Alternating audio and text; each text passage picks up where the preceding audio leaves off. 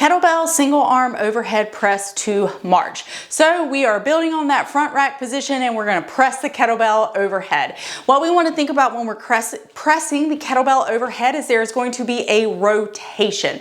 A kettlebell is not like a dumbbell. You have to rotate a quarter turn of your wrist as we are pressing the kettlebell overhead. With a dumbbell, we can just press straight overhead. There's no rotation involved. But with a kettlebell, we get the extra scapular goodness of rotation as we are pressing upwards. So we want to think about, as we start in that front racked position, what's going to happen is as we go to press the kettlebell overhead, we need to rotate the palm towards the front. As we come back down, the palm has to rotate back inwards to come back into that nice front rack position. Make sure that you feel really comfy with that front rack position because you will need this throughout the exercise. Again, we're going to rotate just a bit as we come up, and then we have to rotate back as we come down. Make sure to finish the rotation back into that really nice, strong front rack position.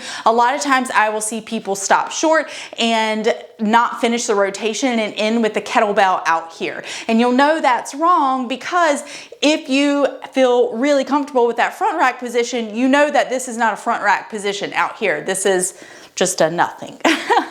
Okay, so for the march part, what we're doing here is just starting to create some single leg stability. You do not have to bring your leg all the way up here if that doesn't feel good to you right now. You can literally come up to a big toe if you feel really off with your balance, especially early postpartum. What we're doing there is not just mindlessly marching, okay? That's gonna do nothing for you. You have to march with intention. And you may be like, okay, Joy, this is weird. It's like just a march. I promise if you do it with intention, you will understand. So what needs to happen as you're holding that kettlebell is that you are going to lift up out of this hip, okay? I don't want to see anybody hanging out on their hips and like just marching, doing that number, okay? None of that. Lift up out of your hip.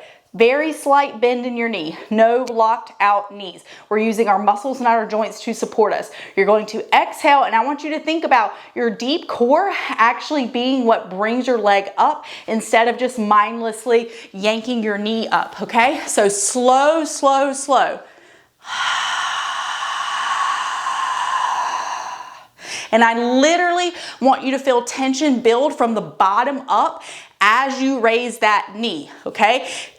It is going to feel a lot easier when you lift up the leg that is opposite of the kettlebell. So when I go to lift up the leg, the leg that's opposite of the kettlebell, this will feel harder than this one just because of the counterbalance aspect. So just be aware of that and make sure that you're really creating tension and intention when you go to lift that leg, or else you're gonna be like, I don't know why she has me doing this.